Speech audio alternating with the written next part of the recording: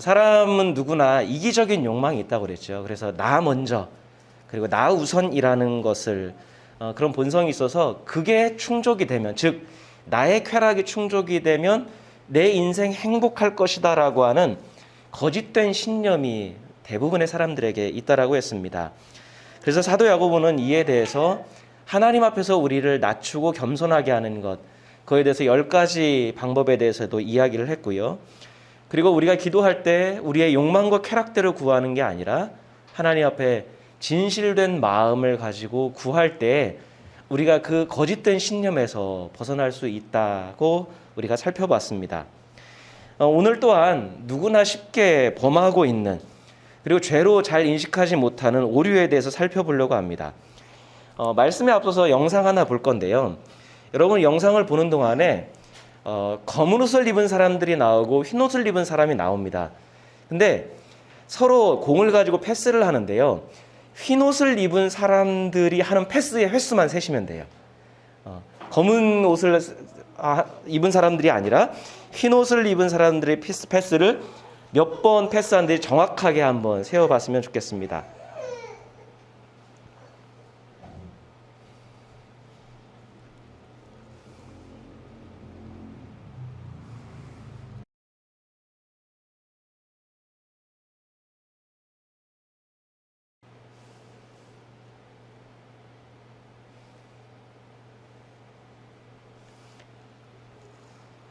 자, 흰 옷을 입은 사람들이 패스를 몇 번 했죠?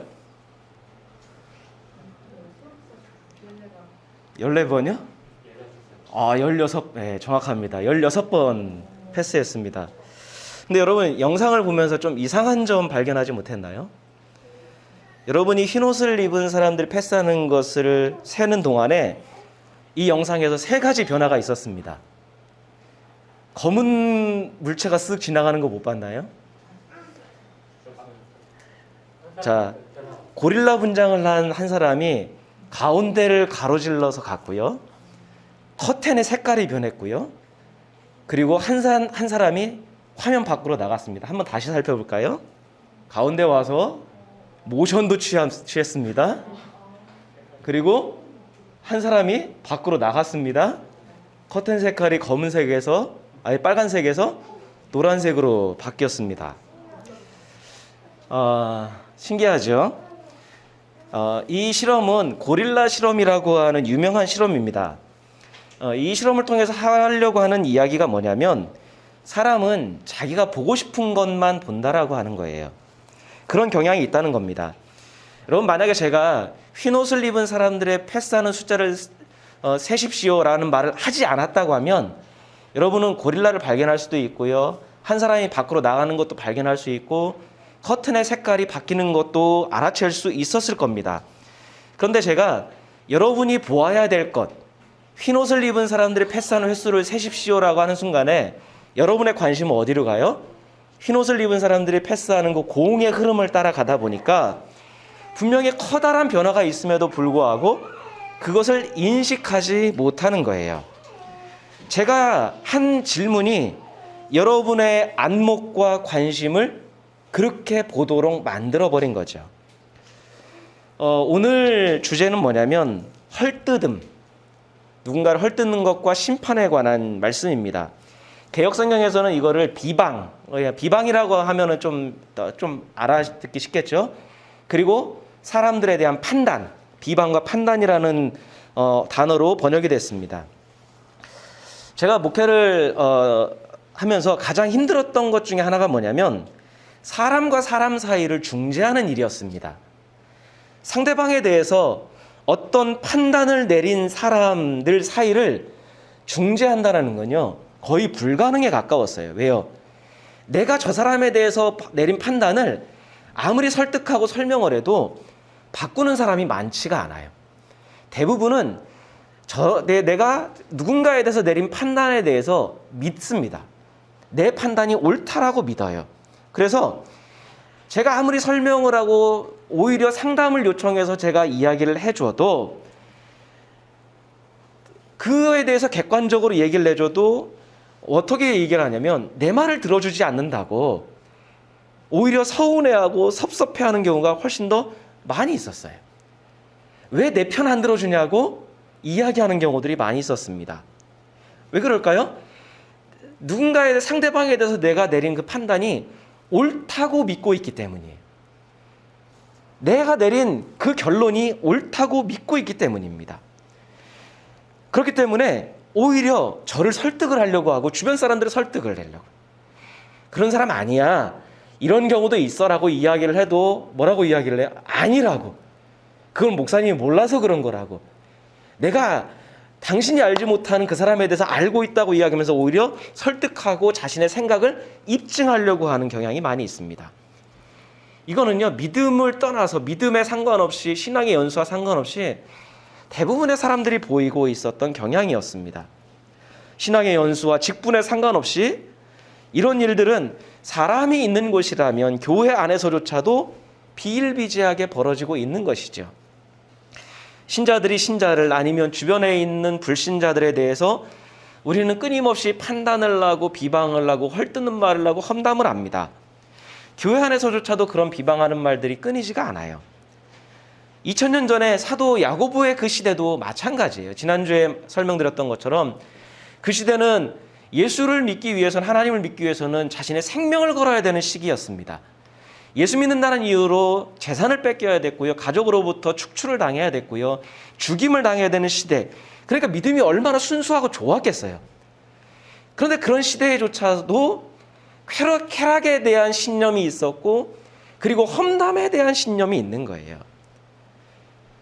그 2000년의 흘러오는 동안에 교회 안에서 신자들 사이에 변화가 있었냐? 사람이 있는 곳에는 끊임없이 헐뜯고 험담하는 일들이 계속되고 있었다라는 거예요. 그러니까 그것을 지켜보던 야고보가 이렇게 권면을 합니다. 우리 말씀 같이 한번 읽겠습니다. 형제자매 여러분, 서로 헐뜯지 마십시오. 자기 형제자매를 헐뜯거나 심판하는 사람은 율법을 헐뜯고 율법을 심판하는 것입니다. 그대가 율법을 심판하면 그대는 율법을 행하는 사람이 아니라 율법을 심판하는 사람입니다. 자, 야고보의 이 말은 한마디로 이야기하면 뭐예요? 신자 여러분, 예수님을 믿고 있는 여러분, 여러분이 여러분의 역할에 대해서 지금 착각하고 있는 게 있습니다. 그거 뭐예요? 신자의 역할은 뭡니까? 하나님께서 주신 율법을 지키고 순종하고 따라가는 게 우리의 역할이에요. 율법을 판단하는 것은 우리의 역할이 아닙니다. 율법을 판단하는 건 누가 하는 거예요? 율법을 만든, 율법을 재판하는 재판관이 할 일이에요. 근데 우리가 스스로 재판관이 되려고 하는 경향이 있다는 거예요. 근데 신자는 재판관이 아닙니다. 자, 그런데 신자들이 누군가에 대해서, 사람에 대해서 판단을 내려요. 심지어 심판까지도 해요.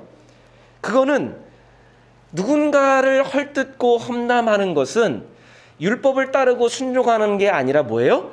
율법을 판단하고 율법을 심판하는 것이라고 이야기를 하는 거예요. 그러니까 나는 그런 의도가 없었다고 하지만 그가 행하는 모든 것들을 볼 때, 우리가 누군가를 판단할 때, 특히 교회 안에서 그를 판단하는 기준이 뭡니까? 성경을 가지고 해요. 우리가 믿음을 가지고 해요. 저 사람의 믿음의 기준이 어떤가, 저 사람이 성경의 기준이 어떤가를 가지고 우리가 판단을 합니다. 자, 그러면 형제자매를 헐뜯는 행위를 통해서 나는 율법을 순종하고 따르는 본분에서 벗어나서 어떤 역할을 하고 있는 거예요? 내가 율법을 집행하고 있는 거예요. 율법을 내가 판단하고 율법에 대해서 내가 옳고 그름에 대해서 이야기하고 심판하는 것이 되는 거예요. 그러니까 그 일들이 빈번하게 일어나고 있다는 것을 야고보가 이야기합니다. 그러니까 이것을 지켜보던 야고보가 이렇게 이야기하면서 뒤에서 우리가 어떤 존재인지를 일깨워줘요. 12절 말씀 같이 한번 읽겠습니다. 율법을 제정하신 분과 심판하시는 분은 한 분이십니다. 그는 구원하실 수도 있고 멸망시키실 수도 있습니다. 도대체 그대가 누구에게 이웃을 심판합니까? 너무나 지극히 당연한 사실을 하나 일깨워줍니다. 자, 율법을 만들고 율법을 심판하는 분은 누구예요? 하나님 한 분이라는 거예요. 우리는 율법을 만들지도 않았고요, 율법을 심판할 자격도 없어요. 자, 그런데 하나님이 그렇게 하실 수 있는 건 뭐예요? 하나님은 율법을 통해서 구원하실 수도 있고 멸망시키실 수도 있어요. 자, 그런데 그런 하나님의 역할을 침범하는 그 신자들에 대해서 뭐라고 이야기해요? 도대체 그대가 누구이기에, 당신이 누구이기에 이웃을 심판하고 있습니까? 라고 이야기해. 이거는 하나님의 고유한 역할인데, 판단은, 하나님의 역할은 인간을 구원하실 수도 있고 멸망시키실 수 있는 하나님만이 하실 수 있는 일인데, 자, 인간은 어떻게 할 수 있어요? 인간은 누군가를 멸망시킬 수는 있습니다. 누군가를 죽일 수도 있고요. 누군가를 낙담시킬 수도 있고 그의 인생을 망칠 수 있어요. 근데 인간에게는 어떤 능력이 없어요? 구원의 능력이 없어요. 자, 우리가 누군가를 헐뜯고 험담하는 것을 주의해야 되는 이유가 뭘까요? 내가 알고 있고 믿고 있는 것을 통해 누군가를 멸망시키기는 쉬워요. 근데 그게 잘못된 정보라면, 그게 잘못된 것이라면 멸망을 시켰는데 그를 다시 구원할 능력이 우리에게 없어요. 우리는 죽이는 데는 능숙한 사람이지만 구원할 수 있는 능력이 없기 때문에 누군가에 대해서 헐뜯고 험담하는, 율법을 심판하는 것에 대해서 우리는 신중해야 되는 거예요. 하나님이 그러실 리는 없지만 하나님은 누군가를 멸망시키셨다가도 구원하실 수 있는 분이에요. 살리실 수 있는 분이에요. 근데 우리에게는 살릴 수 있는 능력이 없어요. 그런데 우리는 나의 안목, 나의 판단, 내가 결론, 나의 생각이 옳다고 믿고 어떻게 해요? 누군가를 쉽게 판단하고 쉽게 정죄하고 쉽게 헐뜯고 험담한다는 거예요. 그 결론이 어떻게 될지에 대한, 그리고 결론을 내린다 하더라도 내가 옳다는 생각을 가지고 우리는 자주 재판관의 자리에 앉는다는 거예요. 하나님의 역할을 대신하려고 하는 거예요. 그러니까 그 재판관 행세를 하려고 하는 신자들에게 야고보가 이야기하는 거죠. 도대체 그대가 누구이기에, 당신이 누구길래 이웃을 심판합니까? 그대가 누구냐고 물어요. 왜 이렇게 물어볼까요? 11절 12절에서 비방의 대상이 된 형제 자매, 이웃, 이 사람들은 성경에서 어떻게 해야 되는 대상이에요? 형제 자매와 이웃을 어떻게 하라고 이야기해요? 사랑해야 될 대상이에요. 야고보는 그것을 염두에 두고 있는 거예요. 형제 자매와 이웃은 섬기고 돌보고 사랑해야 되는 대상입니다. 그런데 오히려 그들을 헐뜯고 비방하고 판단하고 있다면 그게 얼마나 큰 죄를 범하고 있는지, 여러분은 율법을 지금 따르고 순종하고 있는 게 아니라 율법을 범하고 있는, 죄를 범하고 있는 입장에 있다는 것을 일깨워주고 있는 거예요. 여러분, 누군가를 헐뜯고 비방하는 게 뭘까요? 몇 가지 특성이, 헐뜯음과 비방에 몇 가지 특성이 있는데, 첫째는 뭐냐면 사실이 아닌 것을 이야기하는 거예요. 사실이 아닌, 그에 대한 사실이 아닌 걸 이야기하는. 그러면 누군가는 이야기하죠. 아니, 저는 사실만 얘기했습니다라고 대부분 이야기해요. 저는 사실에 근거해서 이야기합니다라고 이야기를 해요. 여러분, 나를 세우고 삿대질하는 것만 헐뜯는 게 아니에요. 우리 헐뜯는다고 하면 앞에다 놓고 막 이렇게 하는 것만 헐뜯는다고 생각하는 거지만, 어떤 사람에 대해서 사실이 아닌 것을 이야기하는 자체가 성경에서 말하는 헐뜯음이에요. 험담입니다. 자, 우리는 누군가에 대해서 말할 때 그 사람의 상황, 처지, 동기, 환경, 그런 것을 우리가 다 알고 있나요? 우리가 누군가에 대해서 말할 때 이야기하는 건 뭐예요? 나의 판단, 느낌, 생각, 내가 본 것, 딱 그 정도예요. 그걸 가지고 우리는 그게 전부이고 사실인 것처럼 이야기를 합니다. 그러면서 우리가 그 사람에 대해서 모든 것을 다 알고 있다는 식으로 이야기를 해요. 따라서 우리가 누군가에 대해서 확신을 갖고 비방하고 있고 헐뜯고 있다면 우리는 스스로가 거짓에 빠질 확률이 높아지는 거예요. 왜요? 우리는 다 알지 못하는데 다 아는 것처럼 이야기를 해요. 우리는 100% 정확하게 알지 못하는데 내 판단이 정확하다고 믿는 거예요. 오류가 없다고 믿는 거예요. 그리고 또 헐뜯음은 뭐냐면, 내가 누군가에 대해서 다른 사람에게 이야기를 할 때 내 말을 듣는 이 사람이 이 사람에 대한 정보를 들은 이 사람이 처음에는 이 사람에 대해서 별 생각이 없었어요. 긍정적이었어요. 근데 내 말을 듣고 난 다음에 이 사람에 대해서 부정적인 선입견과 편견을 갖게 됐다라고 하면 그것 자체도 헐뜯음이라고 이야기하는 거예요. 여러분, 마치 제가 영상을 아까 보기 전에 제가 그 이야기를 하지 않고 여러분에게 그 안목을 씌워주지 않았다면 여러분은 여러 가지를 다 볼 수 있었어요. 근데 제가 딱 규정하는 순간에 여러분은 그것만 보는 것처럼 내가 이 사람에게 나의 안경을 씌워주는 거예요. 당신은 이 사람을 볼 때 내가 이야기한 이 안목을 갖고 이 사람을 봐야 됩니다라고 부정적인 선입견을 씌워준다면 그게 바로 헐뜯음이고 험담이라고 하는 거예요. 그게 비방이에요. 부정적이고 나쁜 안목을 갖게 할 권리가 우리에게 없음에도 불구하고 마치 나에게 그런 책임과 권리가 있는 것처럼 이야기를 하는 거예요. 그로 인해서 관계가 파괴가 되고 그로 인해서 이 사람은 죽게 되는 거예요. 여러분, 헐뜯다라고 하는 말은 헐다라고, 허물다, 헐다라고 하는 것과 뜯다라고 하는 것이 합쳐진 말이에요. 그러니까 이 사람을 뜯어서 허물어뜨리는 거예요. 그래서 헐뜯다라는 말에는 무너뜨리다라고 하는 기본적인 의미가 있어요. 무너뜨리는 거예요. 그러니까 단점과 부정적인 것을 말해서 그 사람을 깎아내리고 그 사람의 인격을 무너뜨리는, 그 사람의 평판을 허물어뜨리는 게 바로 헐뜯음이에요. 여러분, 우리에게 그럴 권리가 있나요? 근데 왜 우리가 사람들을 헐뜯을까요? 그 헐뜯고 그 사람에 대해서 험담하는 우리의 내면의 심리는 뭘까요? 대부분의 사람들이 갖고 있는 심리는 내가 상대방을 무너뜨린 만큼 내가 높아진다고 생각하는 경향이 있습니다. 내가 부각이 되는 거예요. 그렇게 이야기하면서 은연중에 비치는 건 뭐예요? 나는 최소한 이런 사람은 아니다. 이렇게 나쁜 사람은 아니다. 난 최소한 이런 짓은 안 한다. 이런 부정적인 걸 안 한다는 것을 은연중에 나타냄을 통해서 뭐예요? 이 사람이 깎아내린 만큼 나는 부각이 되는 거예요. 그런 기대 심리가 있는 거예요. 나는 이 사람에 비하면 참 괜찮은 사람입니다라고 어필하는 거죠. 여러분, 왜 하나님을 믿는 신자들조차 이런 남을 헐뜯는 일에 쉽게 빠져들까요? 문제의 원인이 내가 아니라 그에게 있다고 믿기 때문이에요. 나에게는 문제가 없어요. 나는 열심히 살았고 나는 옳게 했고 문제가 생겼고 문제가 생길 여지가 있다면 누구 탓이에요? 그 사람 탓이에요. 그렇기 때문에 그 사람만 바뀌면, 예를 들어서 부모가 바뀌면, 자녀가 바뀌면, 형제 자매가 바뀌면, 친구가 바뀌면, 이웃이 바뀌면 문제가 해결될 것이다 라고 믿는 거예요.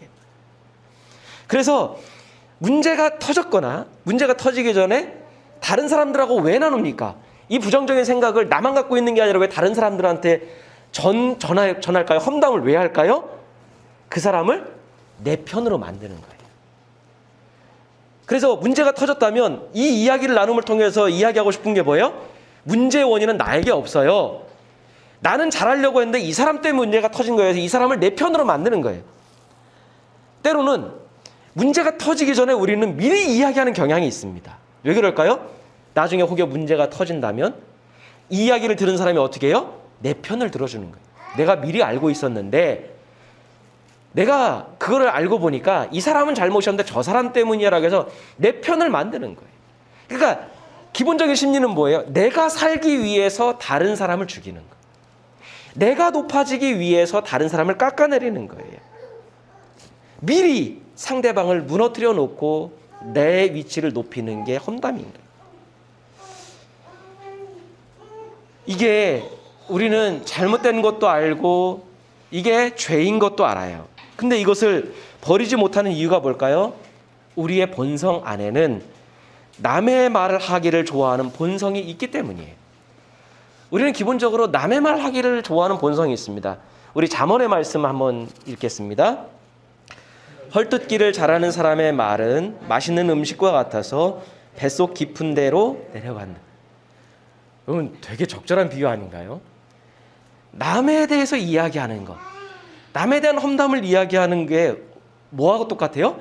맛있는 음식. 그래서 남에 대해서 부정적인 이야기를 하는 것, 단점을 이야기하는 것은 체하지도 않아요. 소화도 잘 돼요. 뱃속 깊숙한 곳까지도 내려가고 맛있어요. 여러분, 우리 사람들에게는 다른 사람들에 대한 병적인 관심이 있어요. 여러분, 인터넷이나 검색하는 것들 알고리즘을 여러분 이렇게 한번 보면, 그리고 주요 뉴스에서 뜨는 것들을 보면 여러분 유익한 것들이 많이 있나요? 우리가 연예인들의 어떤 그 사생활에 대해서 왜 그런 병적인 관심을 가져야 될까요? 그 사람의 어떤 단점에 대해서, 사고 친 거에 대해서 우리는 왜 자꾸 파고들려고 할까요? 병적인 관심이에요. 그게 나의 삶에 뭐 지난 영향을 끼치는 것도 아니고 교훈을 주는 것도 아닌데, 우리는 가십거리들, 이슈화된 것들, 특히 누군가에 대한 어떤 부정적인 사건들, 숨겨졌던 어떤 그의 과거들을 자꾸 들추어내는데 우리는 너무나 큰 관심이 있어요. 그리고 그 남의 어떤 과거와 단점을 이야기하는 것에 대해서, 그걸 아는 것에 대해서 대단한 일로 여겨요. 내가 그것을 이야기하고 있으면 어떤 마음이 들어요? 내가 뭔가 중요한 사람이 된, 너 몰랐었지? 나는 알아. 근데 그 알고 있는 게 나의 삶에, 나의 믿음의 가치를 높이냐는 거예요. 오히려 그런 것들은 쓰레기예요. 나를, 내 생각과 내 삶을, 내 어떤 언어 습관을 병들게 하는 것이 많이 있음에도 불구하고 우리는 그것을 많이 갖고 있는 것, 많이 알고 있는 것을 나의 어떤 존재감을 높이는 것이라고 착각하는 거예요. 그것을 말할 때 내가 굉장히 중요한 사람이 된 것 같은 착각에 빠져요. 우리는 누군가를 헐뜯고 험담하고 판단하는 것을 대수롭지 않게 생각합니다. 그렇게 이야기하는 사람도 있어요. 살인한 것도 아니고 도적질한 것도 아니고 간음한 것도 아닌데 그냥 내가 입을 벌려서 내가 알고 있는 사실을 얘기한 게 뭐 큰 죄가 될까? 하지만 다른 사람을 깎아내리고 비방하는 것, 다른 사람에 대해 부정적인 말을 하는 것은 성경에서는 심각한 죄로 규정을 합니다. 우리 잠언의 6장 말씀 한번 보겠습니다. 주님께서 미워하시는 것, 주님께서 싫어하시는 것이 옛일곱가지이다. 교만한 눈과 거짓말하는 혀와 무죄한 사람을 피 흘리게 하는 손과 악한 계교를 꾸미는 마음과 악한 일을 저지르려고 치단 발과 거짓으로 증거하는 사람과 친구 사이를 이간하는 사람이다. 자, 주님께서 싫어하시는, 미워하시는 7가지 죄를 이야기하는데요. 그 7가지 중에 3가지가 뭐냐면 험담과 관련된 거예요.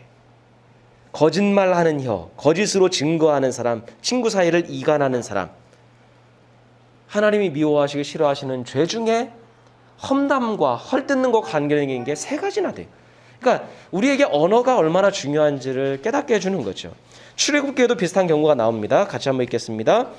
너희는 근거 없는 말을 해서는 안 된다. 거짓 증언을 하여 죄인의 편을 들어서는 안 된다. 근거 없는 말. 내가 정확하게 다 알지 못하는데 내 스스로 근거를 만들어서, 말을 만들어서 누군가에 대해서 잘못된 정보를 주는 것, 거짓 증언하는 것, 그리고 그의 편을 드는 것.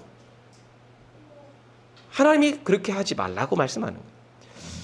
그러니까 이처럼 누군가를 헐뜯고 험담하는 건 단순히 누군가에 대한 내 의견이나 정보를 나누는 것을 넘어서서 그건 죄다라고 성경은 이야기를 해요. 왜냐하면 그 심각한 죄인 것은 하나님이 우리에게 주신 기본적인 명령은 뭐예요? 서로 사랑하라예요.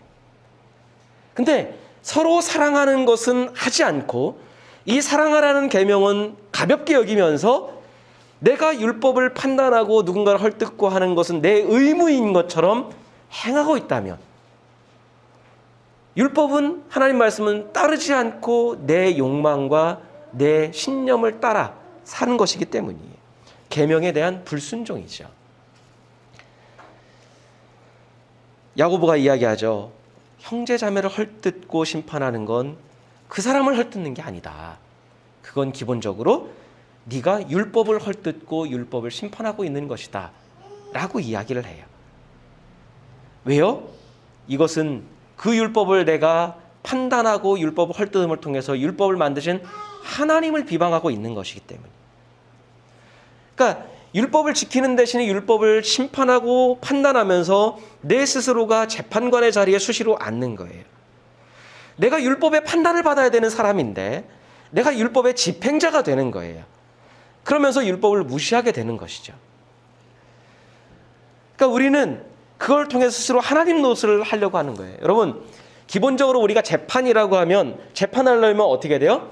그 사람의 그 일이 벌어진 사실, 상황, 그 사람의 동기, 마음, 이렇게 일이 그렇게 된 정황, 상황을 우리는 다 고려하고 알아야 재판을 합니다. 그 모든을 정확하게 알아야 정확한 바른 판단을 할 수가 있어요. 그런데 우리는 하나님 외에 그 누구도 우리는 모든 것을 아는 사람이 없어요. 때로 우리가 그렇게 얘기하죠. 우리가 가끔 그렇게 얘기하잖아요. 나도 내 마음을 모르겠어. 나도 내 생각을 모르겠어.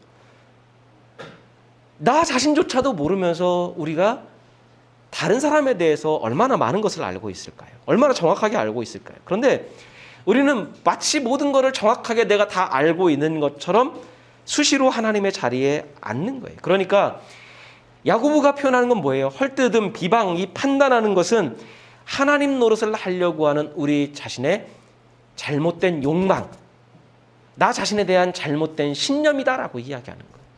그건 하나님을 믿는 태도가 아니다는 거죠. 그럼 마지막으로 험담이 살인보다 위험한 세 가지 이유가 있어요. 살인은요, 한 사람을 죽입니다. 근데 험담은 세 사람을 죽여요. 첫째는 이야기의 주제가 된 그 사람.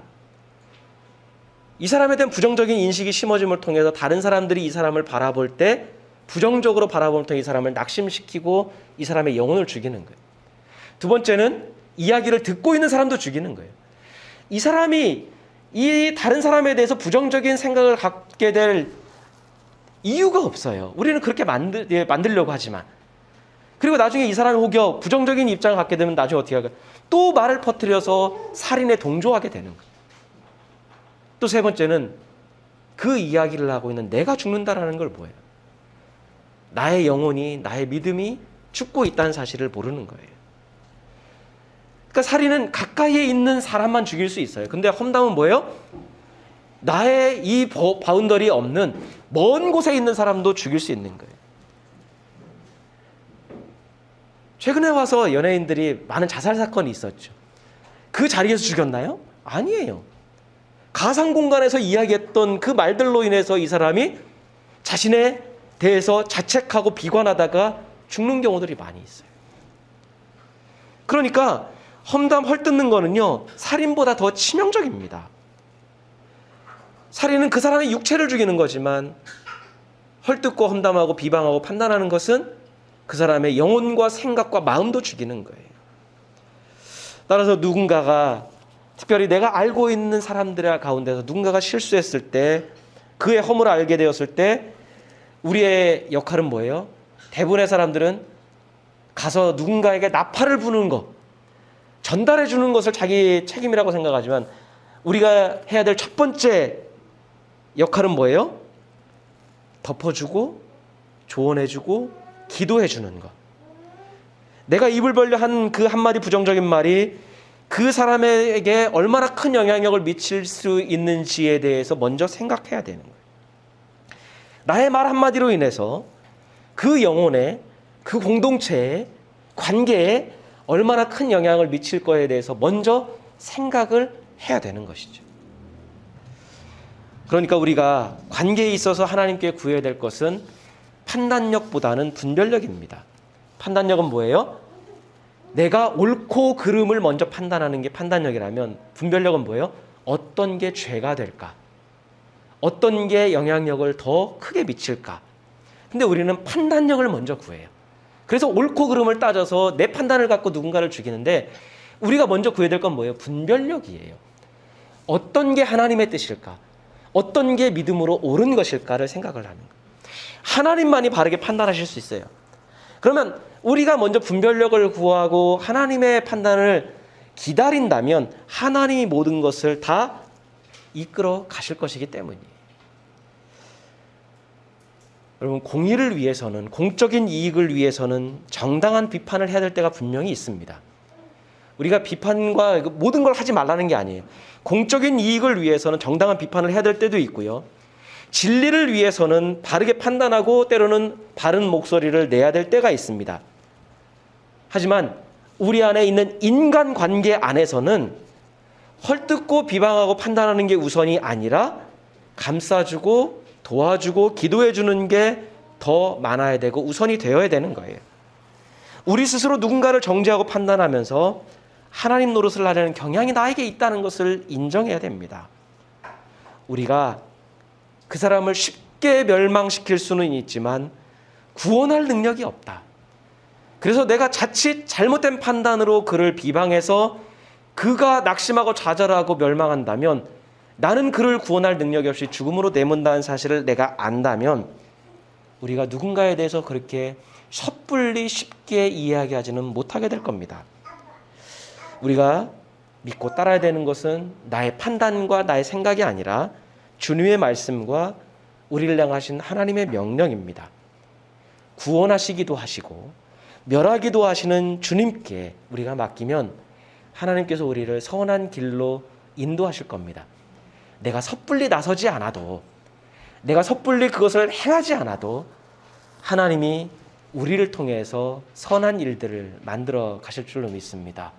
그렇게 우리가 아름다운 관계를 만들어가고 누군가를 멸망시키기보다는 그를 세워주고 생명을 보존해주고 감싸주는 거룩한 믿음의 삶을 살아가는 우리가 될 수 있기를 간절히 소원합니다. 우리 함께 같이 기도하겠습니다. 이 시간 기도할 때 하나님, 우리는 타인에 대한 병적인 관심이 있고 마치 내가 그것을 알고 있고 전하는 것이 사명인 것처럼 여기려고 하는 잘못된 본성이 있습니다. 그를 무너뜨림을 통해 내가 높아지려고 하는 잘못된 욕망도 있습니다. 하나님, 내가 해야 될 일은 판단하고 정죄하고 심판하는 게 아니라 율법을 따라, 율법의 명령을 따라 사랑하고 감싸주는 역할인 것을 깨닫게 해달라고. 내가 판단력을 먼저 구하기 전에 분별력을 구할 수 있도록, 그래서 아름다운 관계들을 만들어가고 좌절하고 낙심하고 관계 가운데 상처받은 사람들을 내가 도와주고, 혹여 잘못된 길로 잘못된 판단을 하고 있는 형제 자매가 있다면 내가 그를 도와 바른 길로 인도할 수 있는, 그러면서도 하나님, 내가 공적인 이익을 위해서는, 진리를 위해서는 용기를 낼 수 있고 때로는 바른 판단과 바른 목소리를 낼 수 있는, 그렇게 삶을 지혜롭고 분별력 있게 살아가는 우리가 되도록 우리 함께 같이 기도하도록 하겠습니다.